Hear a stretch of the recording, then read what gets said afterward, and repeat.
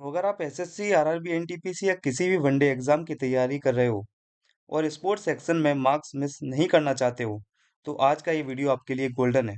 क्योंकि इस वीडियो में हम कवर करने वाले हैं बैडमिंटन स्पोर्ट के टॉप 25 पीवाईक्यू बेस्ड क्वेश्चंस जो एग्जाम में बार बार पूछे जा चुके हैं।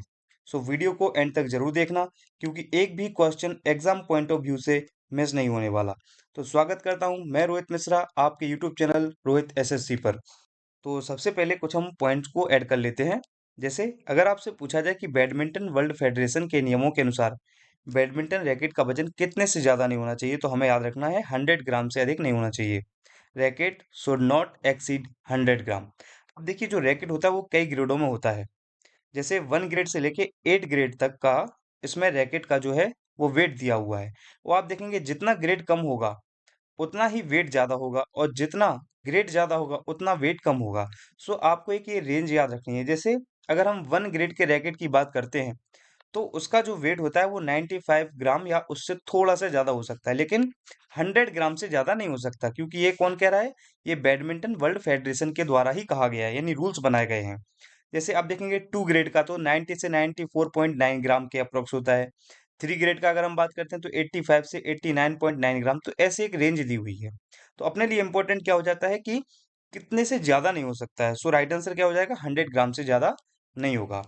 ऐसे हम नेक्स्ट पॉइंट और ऐड कर लेते हैं अपने ही टॉपिक में, जिसको हमने अभी थ्रू आउट अपने डिटेल एक्सप्लेनेशन में इनको कवर किया है। सो बैडमिंटन को ओलंपिक में कब शामिल किया गया? When was badminton included in the Olympics? तो देखिए, ओलंपिक में जब 1992 में जो बार्सिलोना ओलंपिक हो रहा था स्पेन में, स्पेन के कैटलोनिया में, तो वहां पर इसको ऐड किया गया था। यानी हम कह सकते हैं कि बैडमिंटन को ओलंपिक में 1992 में शामिल किया गया है। एक पॉइंट और ऐड करेंगे हम अपनी थ्योरी वाले सेक्शन में ही, कि अभी जो यूनिक्स सनराइज जो 47वीं यानी 47th inter state, inter zonal and junior national badminton championship 2024 में आयोजित हुआ है, तो इसके बारे में कुछ पॉइंट और हैं। तो पहले ये कहाँ हुआ? तो भुवनेश्वर उड़ीसा में हुआ है। 19 से 25 नवंबर 2024 तक ये आयोजित हुआ है। तो यूनिक्स सनराइज 47वीं इंटर स्टेट, इंटर जोनल और जूनियर नेशनल बैडमिंटन चैंपियनशिप 2024 19 से 25 नवंबर 2024 तक भुवनेश्वर उड़ीसा में आयोजित हुई। क्लियर है? तो एक पॉइंट आपको ये ऐड कर लेना है। अब हम बढ़ते हैं अपने क्वेश्चंस की ओर। सो सबसे पहले फर्स्ट क्वेश्चन हम डिस्कस करते हैं कि बैडमिंटन वर्ल्ड फेडरेशन का मुख्यालय कहाँ स्थित है। ऑप्शन है New Delhi, Kuala Lumpur, Dubai, Zurich. Where is the headquarter of badminton world federation located? So अब देखिए, जब हमने अपनी थ्योरी वाला सेक्शन कवर किया था, तो वहां हमने इसको डिटेल में देखा था।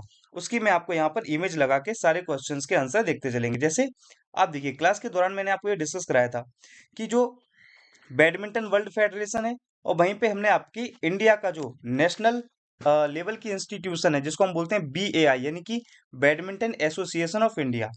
अब इनके बारे में खास बातें क्या कहें कि अगर हम बैडमिंटन वर्ल्ड फेडरेशन की बात करते हैं, तो दोस्तों ये 1934 में स्थापित हुआ था। और आप देखेंगे इसका जो हेडक्वार्टर है वो बताया था कुआलालंपुर मलेशिया, 2005 में जो है इसकी स्थापना हुई थी। वहीं अगर हम बैडमिंटन एसोसिएशन ऑफ इंडिया को देखेंगे, तो इसका हेडक्वार्टर न्यू दिल्ली में, इसकी स्थापना 1935 1934 में ही हुई थी, और 1935 से ही बीडब्ल्यूएफ का मेंबरशिप लिया हुआ था। तो इसके अकॉर्डिंग हमारा राइट आंसर क्या हो जाएगा? हमारा राइट आंसर यहाँ पर हो जाएगा कुआलालंपुर। कुआलालंपुर जो कि मलेशिया में है। सो ये हमारा फर्स्ट क्वेश्चन हुआ। नेक्स्ट क्वेश्चन हम डिस्कस करते हैं कि बैडमिंटन में प्रत्येक गेम कितने अंक के होते हैं। How many points are there in each game in badminton? So सबसे पहले देखिए, हमें यह पता होना चाहिए कि बैडमिंटन के प्रत्येक गेम में कितने अंक होते हैं। दूसरा, कि बैडमिंटन का एक गेम में मतलब टोटल कितने भागों में वो गेम डिवाइड होता है। सो आप देखेंगे, ये भी हमने अपने लेक्चर के दौरान डिस्कस किया होता है। तो वन मैच जो होता है वो उसमें 3 गेम होते हैं। अब ध्यान रखेंगे, एक गेम जो होता है वो कितने पॉइंट्स का होता है? 21 पॉइंट्स का। सो हमारा आंसर तो यहीं पे हो गया। हमारा राइट आंसर क्या हो जाएगा? 21 पॉइंट। बाकी ये और डिटेल हमने देखी थी, जैसे कि जो खिलाड़ी पहले 21 पॉइंट प्राप्त करेगा तथा दूसरे प्लेयर से 2 पॉइंट का अंतर रखेगा, वही खेल का विजेता माना जाएगा। और यहाँ बताया था, जैसे ए प्लेयर के 18 अंक हैं और बी प्लेयर के 90। तो यहाँ पे अभी विनर कौन है? 90, यानी पहले रैंक पर चल रहा है। और मान लीजिए इसके 90 हुए, इसके 20 हुए, तो यहाँ पे ये बी को विनर नहीं माना जाएगा, क्योंकि गैप चाहिए 2 अंक का और यहाँ पर 1 अंक का है। तो यदि ऐसा सिचुएशन क्रिएट हो जाए तो फिर बताया था कि ये गेम 21 पॉइंट से आगे चला जाए और दोनों खिलाड़ी के बीच 2 पॉइंट का अंतर ना हो तो स्कोर कहाँ तक जाएंगे, और स्कोर 29-29 तक पहुंचने पर जो भी पहले खिलाड़ी 30वां अंक पॉइंट प्राप्त करेगा ना, वो विनर हो जाएगा और इस 30वें पॉइंट को गोल्डन पॉइंट कहा था। सो ये सारी चीजें हमने डिस्कस की थी, तो इस क्वेश्चन का राइट आंसर क्या हो जाएगा? 21, ऑप्शन नंबर सी। आगे बढ़ते हैं। हमारा नेक्स्ट क्वेश्चन है कि बैडमिंटन वर्ल्ड फेडरेशन की स्थापना किस वर्ष हुई थी? तो अभी हमने देखा था बैडमिंटन जो वर्ल्ड फेडरेशन है उसकी स्थापना हुई थी 1934 में। नेक्स्ट क्वेश्चन की ओर मूव करते हैं अपन। निम्नलिखित में से किस खेल को पहले पूना के नाम से जाना जाता था? Which of the following game was earlier known as Poona? Like kho kho, tennis, polo, badminton. अब देखिए, अभी तो हम सेपरेट टॉपिक के एमसीक्यू डिस्कस कर रहे हैं तो आप इसको बिना देखे भी बता सकते हैं कि बैडमिंटन। बट जब हम एग्जाम में जाएंगे तो वहां थोड़ी ना हम सेपरेट क्वेश्चंस को पढ़ रहे होंगे, तो उसके अकॉर्डिंग हमें थोड़ा देखना रहेगा। सो हमने इसको भी क्लास में डिटेल में डिस्कस किया था कि आप देखेंगे यहाँ पे ओल्ड नेम, पुराना नाम। तो ये कुछ नेम लिखे थे हमने जिसमें प्राचीन नाम था पूना। क्यों? क्योंकि सबसे पहले बैडमिंटन के जो रूल हैं वो महाराष्ट्र के पुणे में ही बने थे। 1873 से 87 तक ये नियम्स जो रूल्स हैं वो आगे बढ़े थे। तो इस वजह से चूंकि यहाँ पर ये नियम बने हैं, इसलिए इसका नाम क्या रख दिया था? पूना गेम। सो राइट आंसर हमारा क्या हो जाएगा? बैडमिंटन। आई होप ये सारे पॉइंट आपको क्लियर होंगे। सो अगला हमारा क्वेश्चन है, फिफ्थ क्वेश्चन, कि All England Open badminton championship जीतने वाले पहले भारतीय खिलाड़ी कौन है? Who is the first Indian player to win the All England Open badminton championship? Option है पुलेला गोपीचंद, पीवी सिंधु, प्रकाश पादुकोण और लक्ष्य सेन। इसको भी हमने क्लास में डिस्कस किया था। सो आप देखेंगे ये है all England Open badminton championship. अब ये इमेजेस में लगा रहा हूँ, ये जो हम क्लास अटेंड किए हैं अभी लेक्चर के दौरान उन्हीं के मैंने यहाँ पर इमेजेस लगाई हैं ताकि आपको समझ में आए कि थ्योरी में हमने सारी चीजें कवर की हुई हैं। और ये जो क्वेश्चन है ये सारे पीवाईक्यूज हैं। तो जो all England Open badminton championship है ये वर्ल्ड की ओल्डेस्ट टूर्नामेंट है, जो कि 1899 में डबल के लिए स्टार्ट हुआ था और 1900 से सिंगल के लिए स्टार्ट हुआ। ये प्रत्येक वर्ष में आयोजित होता है और 2025 में अभी जो इसका आयोजन हुआ है वो 115वां संस्करण था इसका। और ये कहाँ पर हुए हैं? बर्मिंघम इंग्लैंड में 11 से 16 मार्च 2025। और पुरुष एकल विजेता सीयू क्यू रहा है जो कि चीन का है, और महिला एकल विजेता एन से यंग रही जो कि दक्षिण कोरिया की हैं।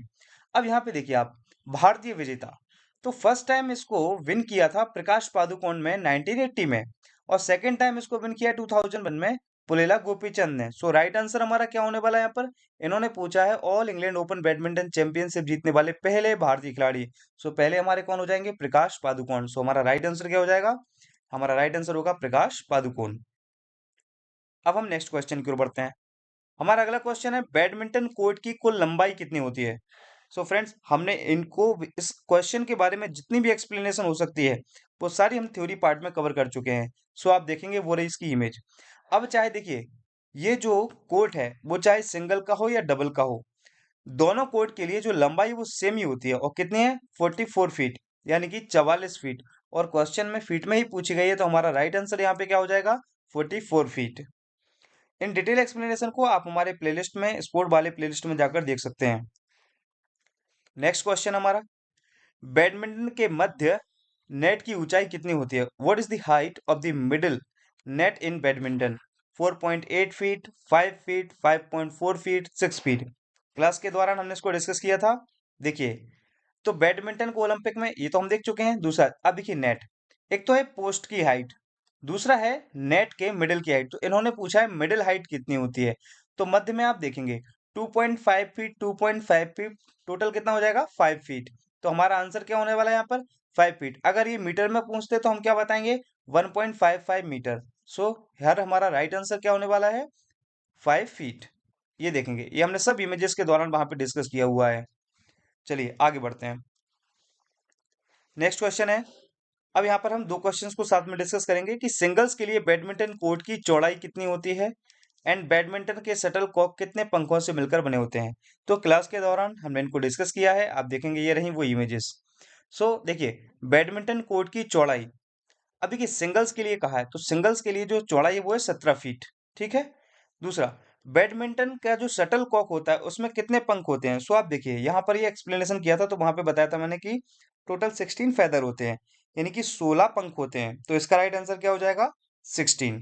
आई होप ये सारी पॉइंट्स आपको क्लियर होंगे।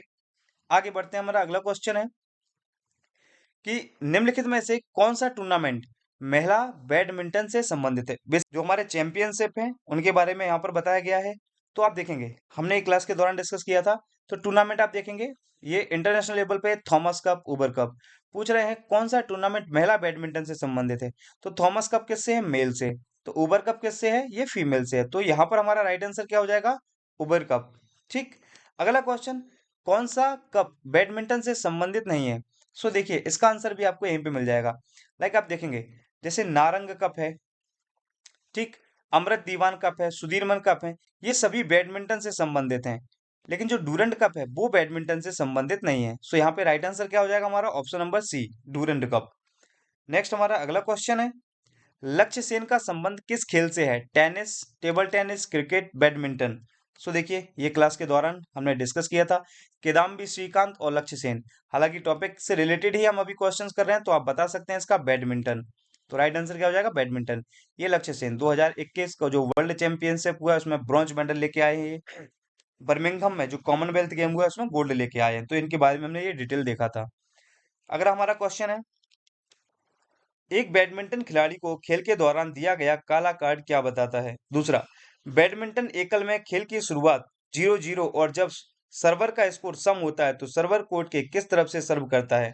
ये भी हमने सारी चीजें देखी हैं क्लास के दौरान, आप देखेंगे यहाँ पे। तो ये कार्ड के बारे में, येलो कार्ड ये वार्निंग देता है, रेड ये अपोनेंट को पॉइंट देता है, और ब्लैक ये डिस्क्वालिफाइड कर देता है। तो यहाँ पे हमारा राइट आंसर क्या हो जाएगा? डिस्क्वालिफाइड। यानी कि 13 क्वेश्चंस का आंसर क्या हो जाएगा? डिस्क्वालिफाइड। अगला जो है हमारा, ये देखेंगे इसका डिटेल ये रहा कि जब सर्वर है उसका स्कोर सम हो, लाइक 0, 2, 4, 6, और अगर विषम हो यानी कि ऑड हो, तो सम हो तो सर्विस कराया जाएगा राइट सर्विस कोर्ट से, यानी कि दायां सर्विस कोर्ट से। सो हमारा राइट आंसर क्या हो जाएगा यहाँ पर? दायां सर्विस कोर्ट, यानी कि right service court. Next question की ओर मूव करते हैं हम। बैडमिंटन पोस्ट की ऊंचाई, हालांकि इसको हम डिस्कस कर चुके हैं, और दूसरा पूछा है बैडमिंटन एसोसिएशन ऑफ इंडिया, ये दोनों क्वेश्चन हम डिस्कस कर चुके हैं। तो इसका 1.55 मीटर, या इसका हो जाएगा 1934, क्योंकि हमने स्टार्टिंग में जो पहला क्वेश्चन डिस्कस किया था वहीं पे इसको कवर किया था कि badminton association of India BAI ये 1934 न्यू दिल्ली इसका हेडक्वार्टर है। नेक्स्ट क्वेश्चन, इसमें पूछा गया कि जो बैडमिंटन एकल खेल में यदि दोनों खिलाड़ी के 29 अंक हैं तो उनमें से किस अंक पर खेल जीता जाएगा? सो देखिए ये हमने डिस्कस किया था, जिसको गोल्डन पॉइंट भी अपन कहते हैं, ये रहा वो पॉइंट। तो अगर दोनों के 29-29 स्कोर है, तो जो भी पहले 30th पॉइंट को गेन करेगा, जिसको हम गोल्डन पॉइंट बोलते हैं, वही विजेता होगा। सो राइट आंसर क्या हो जाएगा हमारा यहाँ पर? 30th पॉइंट, यानी कि 30वां अंक जो भी प्राप्त करेगा वही इस खेल का विनर माना जाएगा। नेक्स्ट क्वेश्चन, बैडमिंटन को ओलंपिक में किस वर्ष शामिल किया गया था? तो अभी हमने देखा था 1992 बार्सिलोना ओलंपिक जो हुआ था उसमें हमने इसको ऐड किया था ओलंपिक में। नेक्स्ट क्वेश्चन, अब देखिए इसमें कहा गया कि जो बैडमिंटन वर्ल्ड फेडरेशन है उसके नियमों के अनुसार बैडमिंटन रैकेट का वजन कितने ग्राम से अधिक नहीं होना चाहिए? सो हमने स्टार्टिंग में ही पहले पॉइंट यही डिस्कस किया था। तो इसमें बताया गया कि 100 ग्राम से ज्यादा नहीं होना चाहिए। तो हम नेक्स्ट क्वेश्चन की ओर मूव करते हैं। अगला क्वेश्चन हमारा कि सर्विस के दौरान शटल को हिट करते समय शटल की ग्राउंड से अधिकतम ऊंचाई कितनी होनी चाहिए?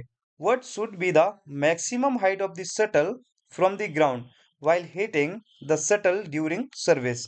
सो 1.15 मीटर, 1.5 मीटर, 2.5 मीटर और 2.10 मीटर। तो इसको भी हमने क्लास में डिस्कस किया था। तो आप देखेंगे यहाँ पर थोड़ा सा डिटेल में कितना होना चाहिए? 1.15 मीटर। ठीक है। और ये 2018 में जब इसके रूल्स बनाए गए थे तब इस चीज को ऐड किया गया था कि जो सर्विस के दौरान जो शटल है उसकी जमीन से अधिकतम हाइट होना चाहिए 1.15 मीटर। सो इस क्वेश्चन का राइट आंसर क्या हो जाएगा? Option number B, 1.15 metre. अब देखिए यहाँ पर पूछा गया है कि जो सीनियर है टीम बैडमिंटन से रिलेटेड, वो भी इंटर स्टेट सीनियर जो टीम चैंपियनशिप है उसकी बात हो रही है। तो उसमें पुरुषों से संबंधित ट्रॉफी के बारे में पूछ रहे हैं। Which of the following is the inter state senior team championship for man? So देखिए इसको भी हमने क्लास में डिस्कस किया है। जैसे आप देखेंगे नेशनल लेवल की सीनियर और जूनियर होती हैं, तो जूनियर का तो पूछा नहीं है, सीनियर का पूछा है। तो सीनियर में पुरुषों के लिए है रहमतुल्लाह कप और महिलाओं के लिए है गुलाब राय चड्डा कप। सो थॉमस कप, उबेर कप ये इंटरनेशनल लेवल के हैं, सो ये हमारे गलत हो जाएंगे। गुलाब राय चड्ढा कप अभी हमने देखा है, ये वुमन यानी कि महिलाओं के लिए है। तो बचता है इब्राहिम रहीम तुल्ला कप, जो कि ये रहा, ये मेंस के लिए होता है, इसको भी हमने क्लास में डिस्कस किया था। दोस्तों अगर आपको वीडियो हेल्पफुल लग रही हो तो एक लाइक जरूर कर देना। चलिए तो हम नेक्स्ट क्वेश्चन देखते हैं अपना। इसमें पूछा गया कि जो पुलेला गोपीचंद हैं उन्होंने किस वर्ष all England Open badminton championship का खिताब जीता था। 2000, 2001, 2002 और 2003। देखिए क्लास के दौरान हमने इसको भी डिस्कस किया है।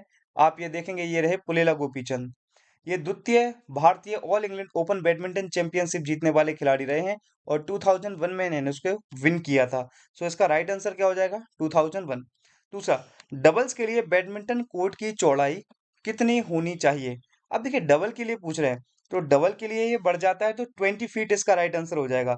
हालांकि इसमें दो ऑप्शन 20 फीट 20 फीट दिए हुए हैं, तो अपन एक मानेंगे, इसमें सी 20 फीट होना चाहिए। Next question.